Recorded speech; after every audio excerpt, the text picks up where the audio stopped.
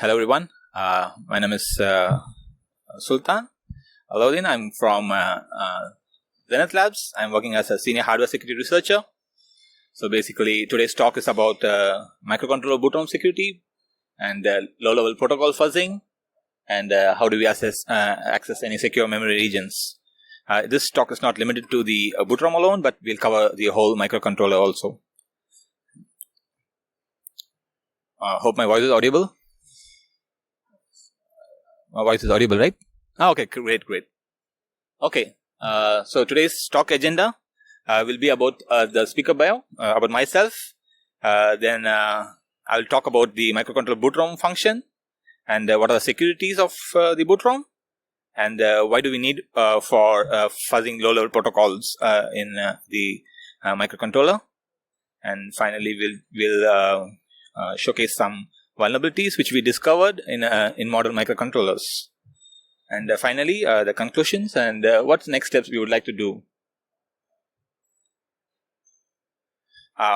Okay, about myself, I'm a senior hardware security researcher at Zenith Labs, Digital 14.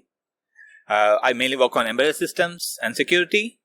I come from an automotive and industrial control system background where I worked on different ECUs and ECU security, and also on industrial control systems, mainly on SCADA and PLCs and DCS systems and their security. My research interest is mainly on low-level embedded systems. Fuzzing is something I do most of the time. And my personal time I do fuzzing of different hardwares, mainly on USB. That's something which I mostly work into. And finally, fault and side channel attacks is something I do in an organization. And anything on hardware-based security is my interest. Okay, let's get into the talk. What are BootROM functions? What is actually a BootROM? A BootROM is a small immutable piece of code which cannot be changed inside the microcontroller, and they are very much very small in size, basically few kilobytes of size, and they are like very much hard coded in your microcontroller. So as a user, you cannot erase or you cannot rewrite the ROM, the BootROM. And the next step of a BootROM is basically after every power on reset, the code executes from here. So it's like a design that the hardware manufacturer or the microcontroller manufacturer puts into that. After every power on reset, the code has to execute from here. And there are like a few vendors who provide that. You can if you don't want my BootROM, you can just set some OTPs or set some bits in the registers. Then you can just move on from the code which you flash into it. And the main function of the BootROM is whether to decide whether it boots from the internal flash or if you want to run from the bootloader or the ROM code. And this is a very important function of a BootROM. Basically, most of the security of the microcontroller is residing in the BootROM. So basically, it checks security checks like secure boot validation, secure firmware update, and debug enable and disable. In case of secure boot, basically your microcontroller has certain OTP fuses where you can burn the hash of your public key, and then you verify the image with the corresponding. You sign the image with your private key, then you verify with the hash of the public key. And regarding the firmware update, that's how modern microcontrollers nowadays provide. They provide the user to update firmware securely. You can either both encrypt the firmware, you can sign the firmware, and then you can flash into the hardware. So basically, the BootROM actually checks whether it's properly encrypted, means that there's a proper key to decrypt it. Then it can verify using the root of hash or the OTP fuses. And finally, the debug part is part of the threat model. So many microcontrollers they go into the field. They're like part of your product. It's accessible to the user, but the company doesn't want the manufacturer or the user who develops the product doesn't want you to poke up with the firmware. So they basically disable the JTAG access or any other programmable interface to the microcontroller. And the next important function of the BootROM is basically it transfer controls to the user application. Basically, it can be a secondary bootloader. It can be a bare metal application or a real-time operating system which you can run top of it. So that's one of the main function. So once the BootROM executes, it does all the security checks. Then it finally hands over the control to the bootloader, the secondary bootloader, or the any bare metal application you write top of it. And finally, this is a very important one. It acts as a trust anchor. So most of the vendors, the microcontroller vendors, provide you they provide an immutable BootROM. So the user or the developers who are going to use this microcontroller has to trust it. That's a trusted base for them. So they know that it comes from the vendor, so nobody can change, nobody can edit any of the BootROM. So they believe that the BootROM is the most secure part, and there's no chance to rewrite it. So it acts as a trust anchor, and also it enables you to transfer the root of trust from the BootROM to the next bootloaders and the next application which you run top of it.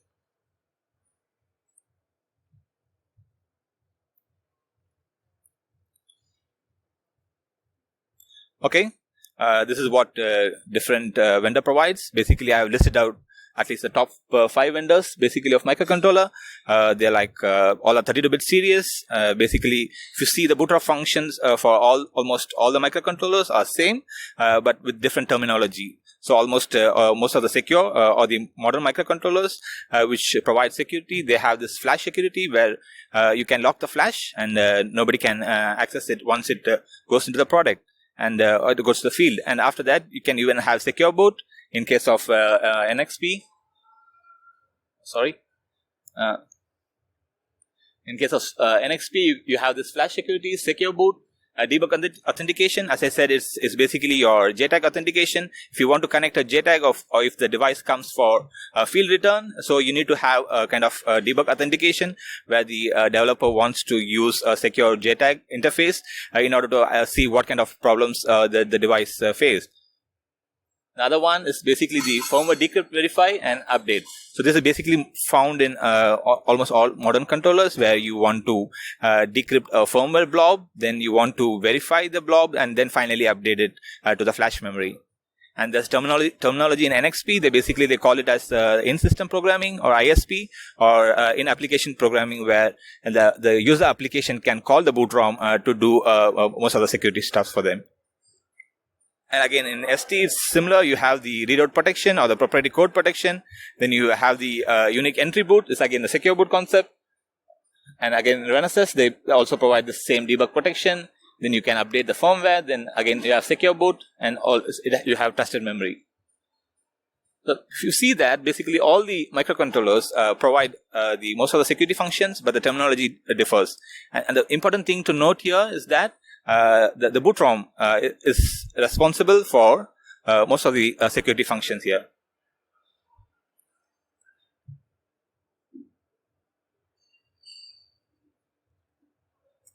Okay, what are the use cases of microcontroller? You know that microcontrollers almost found in all of your devices, your day-to-day devices. You have the routers in your home. It has a microcontroller. You have a washing machine. You have a refrigerator. Even in your mobile phones, a microcontroller can offload certain tasks for you. So it's almost found in almost most of the day-to-day devices we have. And basically, how does a microcontroller usually gets interfaced? So basically, you have a SoC. And that's your main processor. Then you have a small microcontroller, and basically there's an interface using an SPI. In other case, you have an application processor, then you have an I2C interface, then you connect your MCU where both parties exchange data or information between them. And finally, this is the overall picture how a host processor talks to the client. It's basically your microcontroller via any of these interfaces which the vendor provides. Basically, these interfaces are very much common in modern microcontrollers, and it's depend upon the developers or the use cases which interface they want to use. As I said earlier, microcontrollers are used to connect a larger host to the specific functions. And it provides data exchange. You can easily program the MCUs through the host. So if you have a main processor and if you want to field upgrade it, then the host is responsible to program the MCUs. And this happens through entire product lifecycle. And if you want to talk to any of the BootROM peripherals, the vendor provides a set of commands. Basically, it differs from different microcontrollers. So one microcontroller can provide a different set of commands, and other vendor can provide a different set of commands. Why is that? The BootROM is a black box. So basically, they don't share the source of the BootROM. All you get is it's a hard-coded memory there, and you have a documentation where the vendor provides how to talk with the BootROM in case if you want to access any of the security functions. So most time all the microcontrollers which talks to the host works in the client mode. So basically, if any transaction has to be happen, the host has to initiate it, and the host can be a PC or an embedded device. And basically the bootloader is the target which receives the command and processes it and responds back. Any examples for it? Basically, you have the TPM chips in your laptops, or any strongbox secure elements in your mobile phones. So basically, they all talk to the host processor in this case, and they get the communication or data from the host.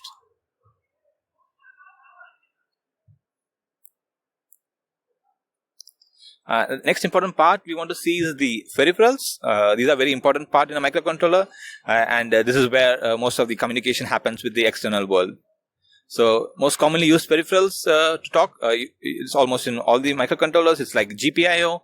You have the serial peripheral interface, the SPI, the I2C, the interprocessor communication. Then you have the UART channel, and finally the USB. USB is very much used in the automotive sectors. So basically, they have two ECUs and they want to talk internally. So they usually use a USB interface, but not limited to USB. There are other interfaces, but the SPI, I2C, and the GPIOs are very much embedded in the PCB, so they are not very much accessible to the external world, whereas UART and USB can be accessed from the outside the product. And next thing is that the microcontroller vendor provides the low-level drivers and the SDK support. This is something we saw in most of the microcontrollers, where the vendor provides of all the SDK support. They provide all the examples you want to work, all the low-level drivers. All you need to do is that you need to develop your application, just use the APIs from the low-level drivers. So it's very much kind of standardized from the vendor. But the only problem is that it's not standardized between the different vendors, unless you use something like a Cortex Kinsys drivers. And if you want to develop an application, you need to use the API provided by the low-level drivers. But if you want to develop your own low-level drivers, it's going to take time. But the vendor usually provides you the documentation or the user manual, where all the registers are documented, and you can develop your own low-level drivers, but it's going to take time.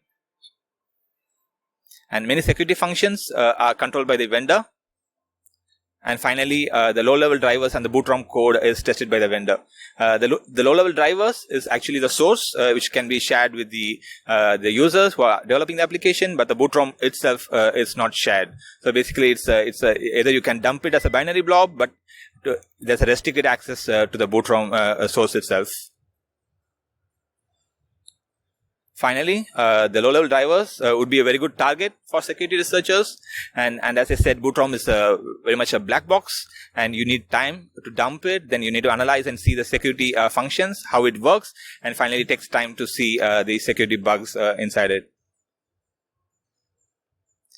And coming to the APIs, this is a very much standard they follow in almost all the microcontrollers, where they basically, if you want to use any of the APIs for the peripherals, basically the APIs usually initialize the controllers, they set up the configuration registers, and they enable and disable the clock. If you have different buses, then you need to enable the clock for those buses, and the peripherals are very much grouped between different speed of buses. And finally, if you want to set up the TX and RX structures, and these are all inside the low-level drivers, which I'm talking about. And finally, you have the interrupt handlers, interrupt handling, and the handlers. Whenever an event occurs or interrupt happens, then you need to go to these handlers and do the function. And they have the peripherals that have specific functions, which kind of differentiate between different protocols. And finally, the API to user application, the user can use the API in order to want to get something done from the peripherals.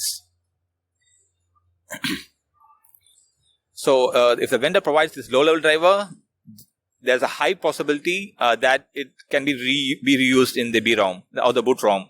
So we have seen many cases where we can't access the BootROM, or the BootROM, if you dump, it's like you need time to analyze it. But if you see the low-level drivers, and if the same functionality is in the BootROM, you can match with the low-level drivers.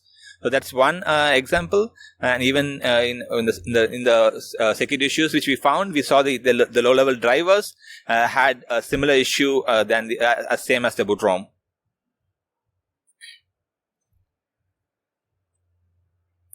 So why there's less focus on the microcontroller fuzzing? We see that fuzzing happens, but most of the fuzzing is focused on the higher Linux side or the SoC side, where you have very good support for drivers. There's a standard OS for it. So there are lots of research communities focused on the higher end processors.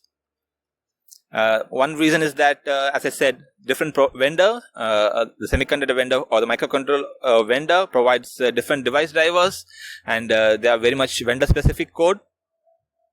And there's a less instrumentation to monitor the microcontrollers during fuzzing. In case of a Linux system or an SoC which is running a Linux, you have the stack trace, you have the debug logs, and when compared to microcontroller, you don't get much information out of it. And that's one of the reasons it's very complex to fuzz these kind of microcontrollers. And as I said, most of the fuzzing community is focused on the higher end processing devices because they have operating system support and debug traces. On the other side, the microcontroller runs on less frequency, basically 400 megahertz and less, or there are few microcontrollers which run at 500 or 600 megahertz. And as I said, there's a very less code memory. Basically, the microcontroller flash itself is like few kilobytes. It can be ranging from 256 KB to 1 MB. But in the other side, if you see a higher end processor, it goes in gigabytes.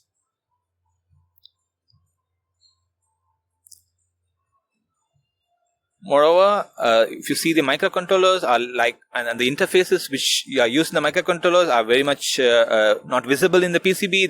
They go deep under the layers.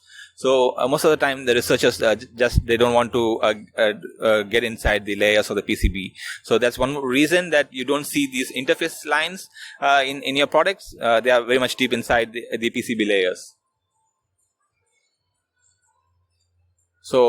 So why do we need fuzzing for low-level protocols? So fuzzing is an excellent technique for locating vulnerabilities in low-level hardware and software. The basic premise is to deliver malformed inputs to the target device and detect failure. That's almost all the fuzzers does that. They just send a malformed input to the target and see how the target responds back. And if you know the underlying protocol, how the interfaces are working, then all we need to do is iterate the bytes or add some intelligence to the request which we send to the target. And the difficult part is to have a framework to monitor the target. This is something, as I said earlier, there's not much support in the microcontroller side, where we can try to see how the target behaves when you try to fuzz that microcontroller. So this is something lots of work has to be done, and this is something where our fuzzer also covers. So basically, in case of a fuzzing framework, all you need to send is a malform input to the target. Then you're going to pass the responses back, and meanwhile you're going to see how the target behaves. Is there any abnormality when you send these kind of inputs? So how we are going to see the target, or how we are going to instrument the target? So basically, we check the device behavior, whether the microcontroller itself resets after you send a malform request. So how do you find whether the microcontroller resets? Basically, there are GPIO pins or the reset pin from the microcontroller. You can tap into this reset pin and see whenever you send a fuzzed packet, whether the device itself resets. And the other way to see whether the device itself resets, you can, from the Linux side, you have your kernel messages or your system logs, where, for example, a USB disconnects. You can see that there's a disconnect message in the logs. If you have an I2C device or an SPI device, the logs clearly shows that the device got disconnected.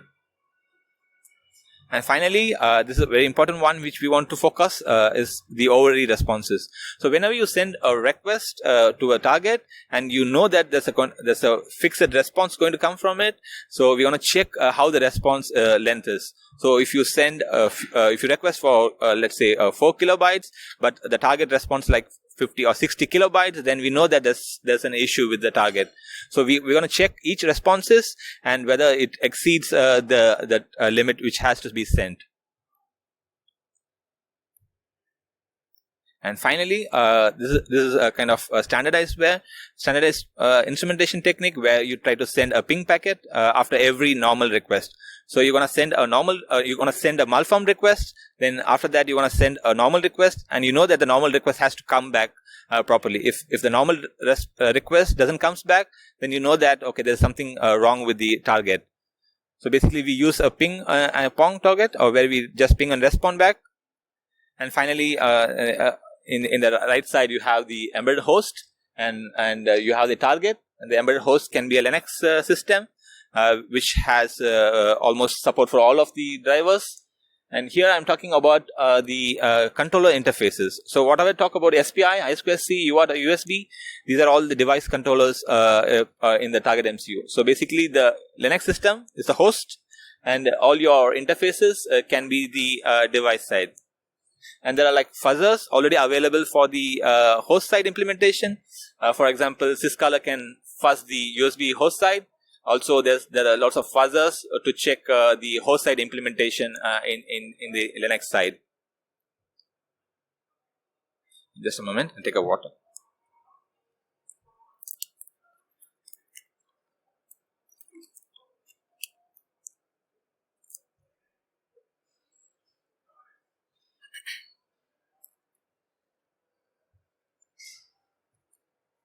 So we know that, okay, we can fuzz the target, but we need to see how far it reaches. So if you see here, we have the fuzzer and the target. This is the target device. So as I said, the microcontroller has different layers. So you have the physical layer where all your files are there. For example, in case of USB or Ethernet, you have the physical layer for it, or the 5 chips, 5 ICs. Then you have the controllers present inside the microcontroller. It can basically be an SPI or I2C or USB or UART controllers. These controllers are basically IP cores provided by your microcontroller vendor, and it can differ from different microcontrollers.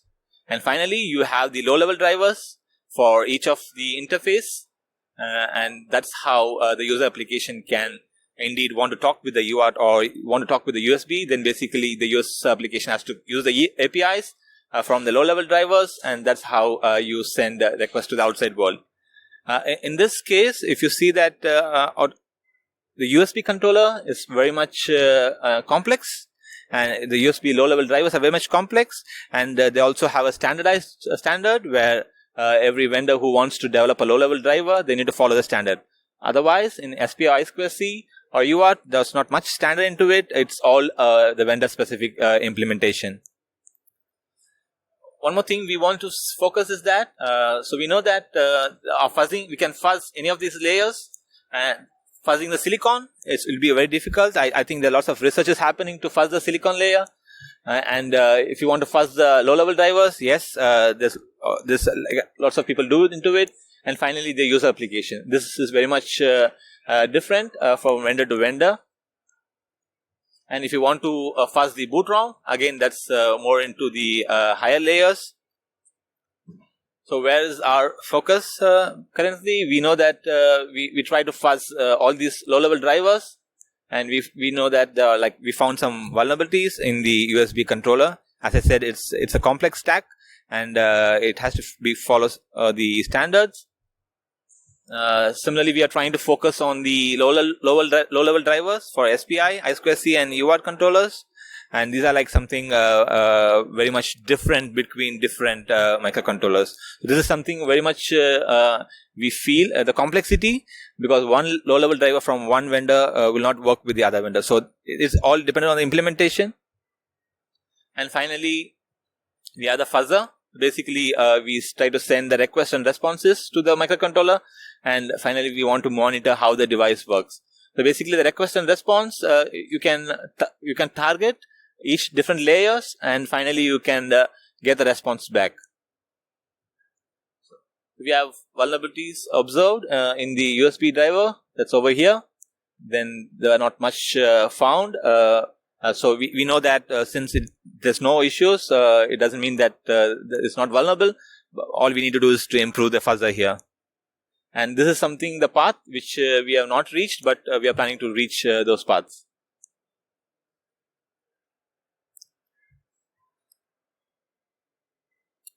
Okay, coming to the second part of the talk, these are the vulnerabilities which we found in modern microcontrollers. Basically, the targets which we fuzzed is the LPC 5569 and the K82F or K82-1 from NXP. So the first target is basically a dual core ARM which has a Cortex M33 MCU which runs at 150 megahertz, and you can see the flash memory is like very much, it's in size of kilobytes. You have 320 kilobytes and 640 KB of flash memory. Similarly, we also fuzz the Kinetis K82 chip IC, which has runs at 150 megahertz, and it has 256 KB of flash, and similarly 256 KB of RAM. As I said earlier, when you compare to the higher end SoCs or high end processors, you know that the SRAM and the flash is in few kilobytes.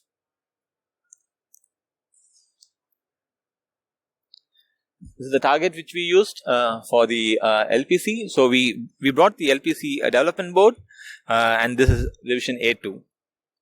So this is the vulnerable version which we found, and which was like available from 2017 or 18. But the Freedom board, it's like very old. It's like 2015, and there's not much update from the vendor.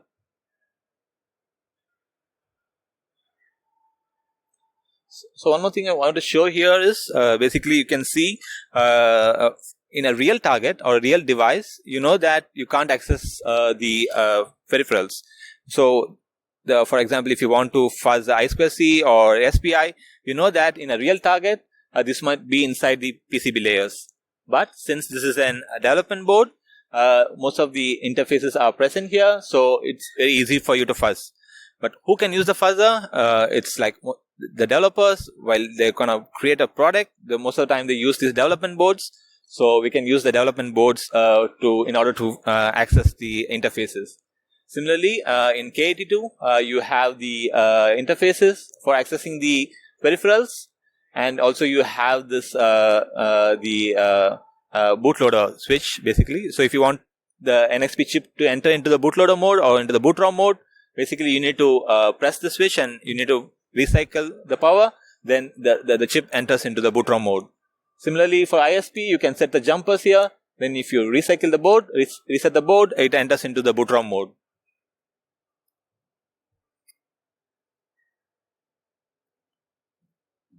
So this is the timeline which we had with the vendor. So basically, the vulnerabilities were reported to the NXP PISR team on LPC 5569 and K82 BootROMs. It was reported in November 2020. Then within few days, we got a response from the vendor, and they asked for more information from the K82. But LPC was like very much easy to reproduce. Then we had a 90 days disclosure, which ended in February 2021.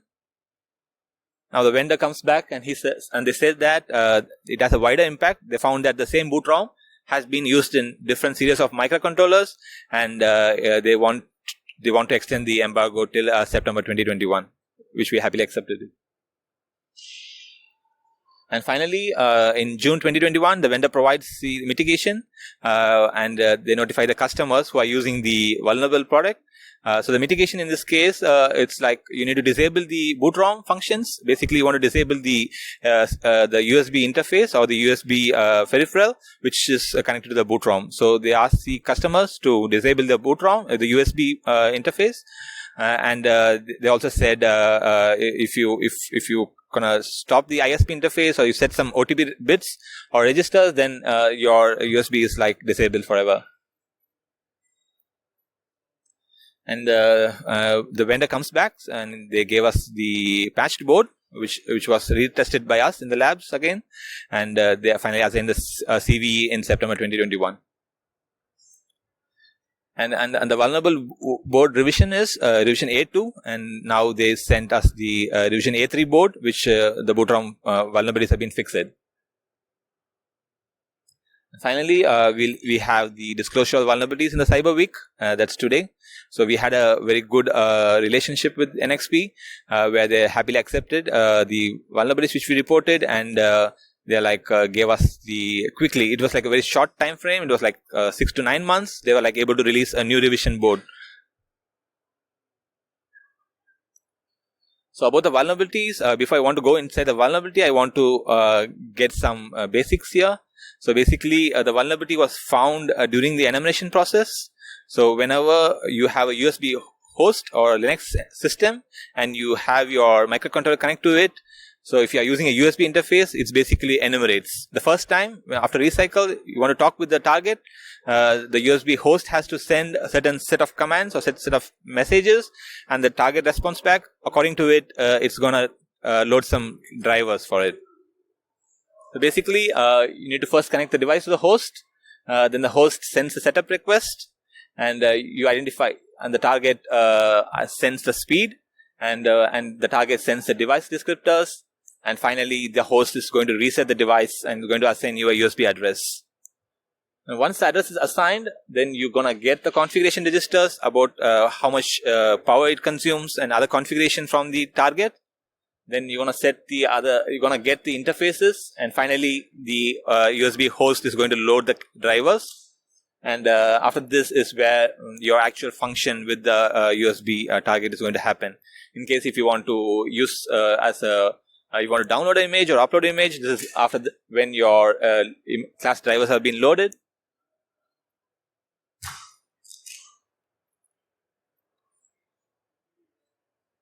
So this is something, the target, the fuzzing setup which we used. So basically, if you see the USB, you can use in any of your Linux systems. But if you want to use the SPI or I2C, then you need to have a host which can provide the interface to the SPI and I2C. In this case, we used a Raspberry Pi, which has support for device controllers. So basically, you connect the GPIOs to the SPI, and again I2C or USB with the Raspberry Pi or your Linux host. In this case, the target is the LPC device. This is the EVK board, revision A2, which we brought, and basically we wired all the connection. This is almost available in the user manual or the data sheet. In this case, the fuzzing framework was running from the Raspberry Pi.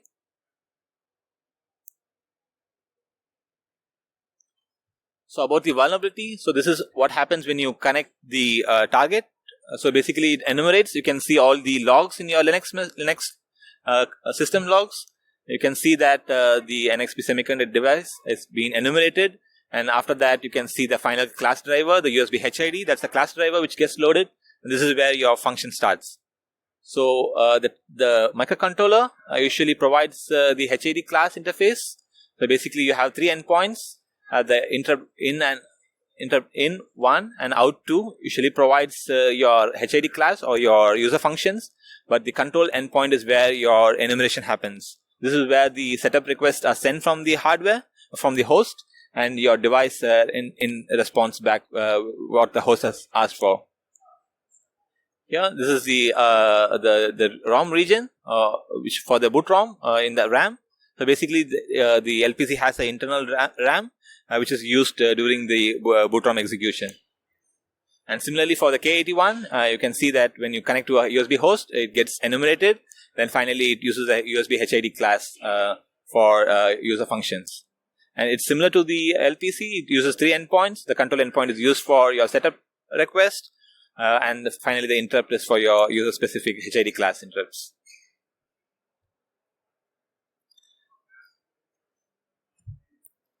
So, details about the vulnerability, it's a classic buffer overflow we found in the BootROM. So basically, the vulnerability allows an attacker to read 16 KB from the LPC and 64 KB of data from the K82. This was from a locked device. It has been secured. It was been all the debug interfaces has been enabled, so you can't access the JTAG or you can't even run your own code because Secure Boot was running. But the BootROM was vulnerable, so you can dump at least 16 KB of memory from the LPC and 64 KB from the K82. The memory ranges or the size can be less, but as I said earlier, these microcontrollers are like use only 256 KB of flash, and 16 KB of the flash comes from the secure regions. What we found is that the memory which we dumped actually had some parts of the firmware which is actually being secured by the microcontroller. Similarly, what kind of the vulnerability was exactly found in the get descriptor configuration, where you can modify the W length value. Basically, when you send a USB request to the host, from the host to the target, so basically you set the W length value. And this W length value, if the target is not properly verifying it, then you can control it. In this case, when the host sends a W length value of 65,000 bytes, the LPC or the K81 is going to transfer that amount of data from it. So here, in this case of LPC, the target reset it at 16 KB, but 16 KB was more than enough for us to see different parts of the firmware.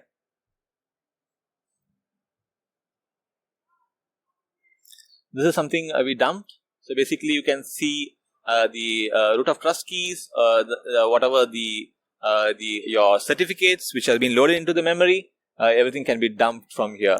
So this is a snippet of the code which we dumped from the LPC. And finally, this is the Wireshark trace which we have. You can see that the host, in this case the Linux system, tried to send a get descriptor request configuration, and you saw that we got 4 KB of data. This was a limitation in the Linux system because the USB driver doesn't allow us to issue anything more than that. But in a modified Raspberry Pi, we try to modify the driver and we are able to get 16 KB of data.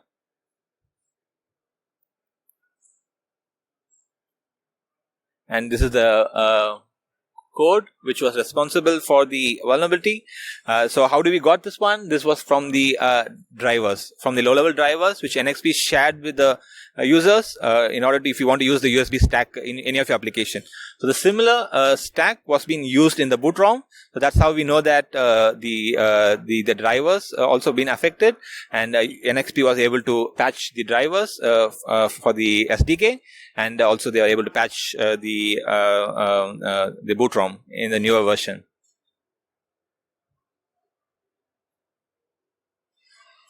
So about the CVE, so basically NXP was able to patch the silicon for RT Series 500 and LPC, and they were able to patch the SDK, but other ICs like the K81, they don't have a patch for it, so it's still vulnerable in the field.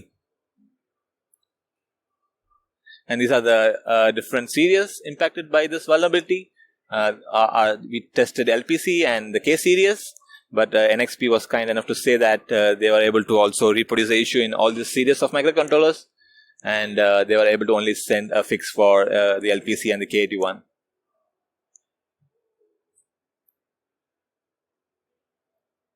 So coming to the conclusion, we know that there are lots of BootROM vulnerabilities found. Majorly, if you see the physically, it's a BootROM vulnerability in the Tegra SoC.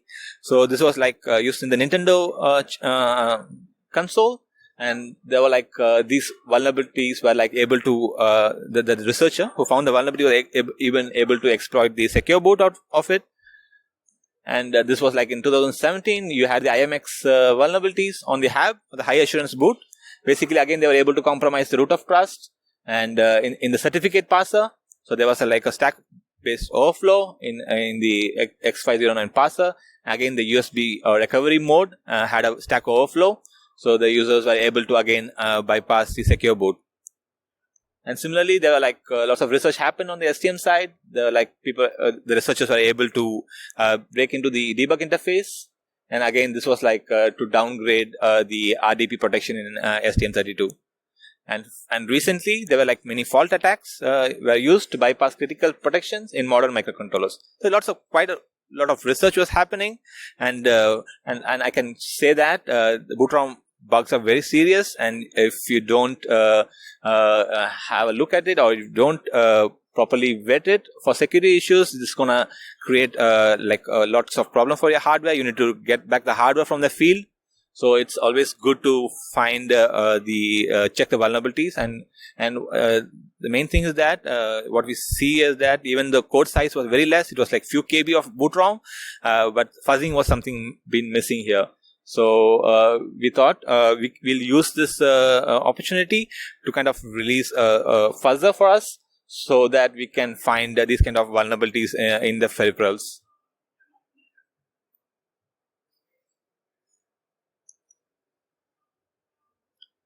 So finally, we will be releasing the fuzzing framework. So basically, the LLP fuzzer will be available in the GitHub account. So the LLP fuzzer has support for the USB device stack, and also we also have a support for the SP and I2C stack, but it's only focusing on a certain vendor. So we want to kind of make a generic version of it. Then we want to keep that being added to the fuzzer. And finally, we're also releasing the proof of concept to test whether your device is vulnerable for this BootROM vulnerability. And finally, we'll come to the conclusion. We know that the fuzzer is a small step to test these kind of interfaces. So we want to develop a generic implementation of the fuzzer to almost test a different set of microcontrollers. And finally, we want to reach different code paths. We know that, as I said earlier, the fuzzer can only test certain parts of the low-level drivers, but we want to try to see whether we can send the fuzzed or the malformed inputs to different layers of the controller.